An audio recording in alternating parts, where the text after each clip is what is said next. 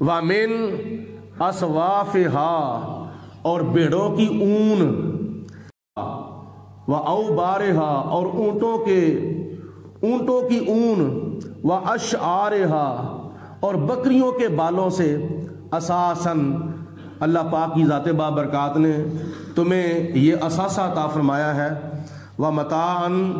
اور اس سے نفع اٹھانے کا موقع دیا ہے، الہین، ایک وقت تک، یعنی یہ جو جانوروں کے جسموں کے اوپر بال ہوتے ہیں ان سے کیا بنتا ہے، تمہارے کمبل بنتے ہیں، اور تم پھر ان کمبلوں کو سردیوں کی راتوں میں اپنے اوپر اوڑھتے ہو یا نیچے بچھاتے ہو، اور بھی دنیا کے اندر کافی کاموں کے لیے یہ جانوروں کے جسموں کے اوپر جو بال ہیں، کھالوں کے اوپر یہ کام آتے ہیں، یہ بھی اللہ تعالیٰ کی نعمتوں میں سے ایک نعمت ہے۔ واللہ، اور اللہ تعالیٰ نے جعل لکم مما خلق ظلالا، اور اللہ پاک نے اپنی جتنی بھی کچھ مخلوقات ایسی پیدا فرمائی ہیں ان میں سے ان کے سائے اللہ تعالیٰ نے تمہیں عطا فرمائے ہیں۔ مثلا یہ مکان ہے، اس کی چھت ہے، اس کا سایہ، دیوار ہے تو اس کا سایہ، اور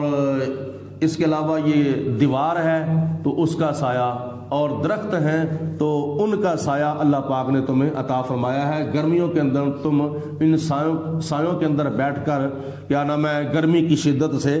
بچتے ہو۔ وَجَعَلَ لَكُمْ، اور اللہ پاک کی ذات بابرکات نے یہ بھی نعمت تمہارے لیے بنائی ہے، مِنَ الْجِبَالِ أَكْنَانًا، پہاڑوں کے اندر خدا تعالیٰ نے تمہیں چھپنے کی جگہ عطا فرمائی ہے، یعنی غار، پہاڑوں کے اندر خدا نے تمہارے لیے غاریں بنائی ہیں۔ وَجَعَلَ لَكُمْ سَرَابِيلَ تَقِيكُمُ الْحَرَّ، اور خدا کی ذات بابرکات نے تمہیں لباس عطا فرمایا ہے، لباس پہن کر تم گرمی سے بچتے ہو۔ وَسَرَابِيلَ تَقِيكُمُ الْبَعْسَ تَقِيكُمْ بَعْسَكُمْ، لڑائی کے وقت بھی تم ایسے لباس پہن کر بچتے ہو، یعنی لوہے کی زرہ جیسا کہ حضرت داؤد علیہ السلام بناتے تھے، اور بازو کے اوپر جو خول چڑھائے جاتے تھے جس کو بازو بند کہتے ہیں، یہ کافروں کے ساتھ لڑائی جب مسلمان کرتے تھے تو اس طرح کی زرہ پہنتے تھے، جس کی وجہ سے دشمن کی طرف سے تیر آتا تھا تو مسلمانوں کے جسم جو تھے وہ ان لباسوں کی وجہ سے، یعنی بازو بند اور زرہ کی وجہ سے جسم جو تھے وہ بچ جاتے تھے۔ کذالک، اسی طرح اللہ تعالیٰ یتم نعمتہ، اپنی نعمت کو مکمل فرماتا ہے، علیکم، تمہارے اوپر، یعنی خدا تعالیٰ تمہیں نعمت مکمل طور پر عطا فرماتا ہے، لعلکم تسلمون، تاکہ تم تسلیم کر لو کہ یہ اللہ کا حکم ہے، اور خدا تعالیٰ کی توحید کو تم تسلیم کر لو، نبیوں کی نبوت کو تم تسلیم کر لو، یعنی تم اسلام لے آؤ۔ فَإِن تَوَلَّوْا، پھر اگر وہ منہ پھیر لیں، اے میرے پیارے حبیب علیہ السلام، یہ میرا پیغام ان کو سناتے سناتے اگر وہ کافر لوگ آپ کی باتیں سن کر، آپ سے میرا کلام سن کر منہ پھیر لیتے ہیں، فَإِنَّمَا عَلَيْكَ الْبَلَاغُ الْمُبِينُ، تو پھر تمہارے اوپر صرف اتنا ہی لازم ہے کہ تم میرا پیغام ان کو صاف صاف سنا دو، ان کو تبلیغ کرنا یہ آپ کا فریضہ ہے، ہدایت دینا میرا کام ہے، میں ان کو ہدایت دوں یا نہ دوں، لیکن وہ ہدایت کی طرف آتے ہیں تو میں ان کو ہدایت دیتا ہوں، اگر ہدایت کی طرف نہیں آتے تو پھر ان کے نصیبوں میں ہدایت نہیں ہوتی۔ یعرفون نعمت اللہ، وہ اللہ تعالیٰ کی نعمت کو پہچانتے ہیں، تو پہچاننے کے باوجود ثم ینکرونہا، اس کا انکار کر دیتے ہیں۔ کئی مفسرین نے لکھا ہے کہ اس نعمت سے مراد حضور نبی کریم رؤوف الرحیم، اللہ کے پیارے محبوب آخری رسول حضرت محمد مصطفیٰ صلی اللہ علیہ وسلم ہیں، جن کو یہودیوں نے، عیسائیوں نے پہچان بھی لیا تھا۔ حضور علیہ السلام کو یہودیوں نے مدینہ شریف کے اندر پہچان لیا تھا، عیسائیوں نے پہچان لیا تھا، تورات، انجیل، زبور کے اندر پڑی ہوئی علامات کے ذریعے پہچاننے کے باوجود ثم ینکرونہا، پھر بھی انہوں نے نبی پاک علیہ الصلوۃ والسلام کا کئی بد نصیبوں نے انکار کر دیا، کئی کلمہ پڑھ کے مسلمان بھی ہو گئے تھے خوش نصیب، وَأَكْثَرُهُمُ الْكَافِرُونَ، اور ان میں اکثر لوگ ایسے ہیں کہ جو حضور علیہ الصلوۃ والسلام کی نبوت کا انکار کر کے کافر ہو جاتے ہیں۔ اللہ رب العالمین کی ذات بابرکات ہم سب کو قرآن مجید پڑھنے کی، سننے کی، یاد رکھنے کی، سمجھنے کی، اس پر عمل کرنے کی توفیق عطا فرمائے، اور خدا تعالیٰ نے یہ تو دنیا کے اندر ہمیں موقع عطا فرمایا ہے، اس وقت